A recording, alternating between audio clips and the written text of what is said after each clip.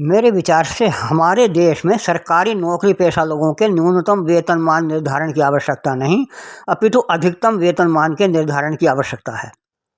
आज देश में विभिन्न स्तरों पर तैनात सरकारी अधिकारी व उच्च पदों पर तैनात कर्मचारियों का वेतन गैर सरकारी कर्मचारियों के वेतन से 20-30 गुना तक अधिक है।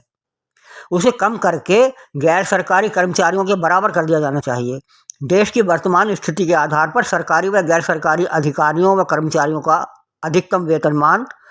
30-40 हज़ार रुपये प्रति माह होना चाहिए तथा अन्य कोई भी निःशुल्क सुविधा भी उन्हें नहीं होनी चाहिए।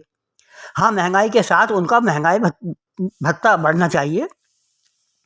उच्च पद व निम्न पद वाले अधिकारियों या कर्मचारियों के वेतन में अधिक अंतर भी नहीं होना चाहिए और किसी को भी सेवानिवृत्त होने के बाद पेंशन नहीं दी जानी चाहिए। इसका परिणाम ये होगा कि सभी कर्मचारी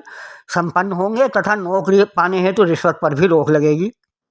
उतनी ही राशि में अन्य कर्मचारी भी रखे जा सकेंगे, जिससे बेरोजगार लोगों को रोजगार मिलेगा और कार्य अधिक हो सकेगा।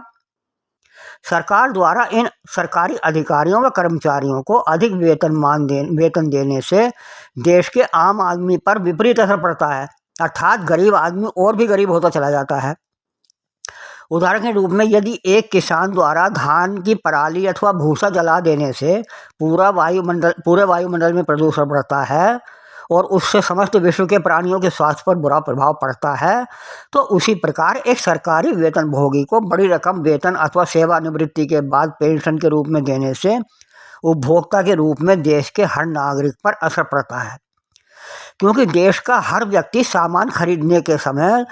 जो लागत से अधिक मूल्य का भुगतान करता है, उसी में से टैक्स के रूप में सरकारी खजाने में पैसा जाता है और उसी से सरकारी अधिकारियों व कर्मचारियों को वेतन, पेंशन तथा अन्य सुविधाएं प्रदान की जाती हैं।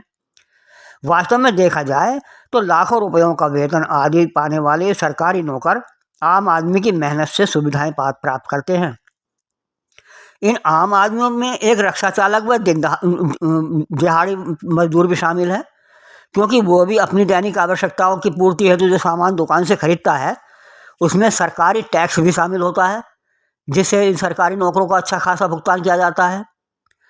वास्तव में सरकारी वेतनभोगियों को दिए जाने वाले वेतन अथवा अन्य दी जाने वाली सुविधाओं में किसी भी उत्पादक अथवा दुकानदार का धन खर्च नहीं होता, उसमें केवल उपभोक्ता का ही सहयोग होता है, जिसमें हर गरीब व्यक्ति भी शामिल है।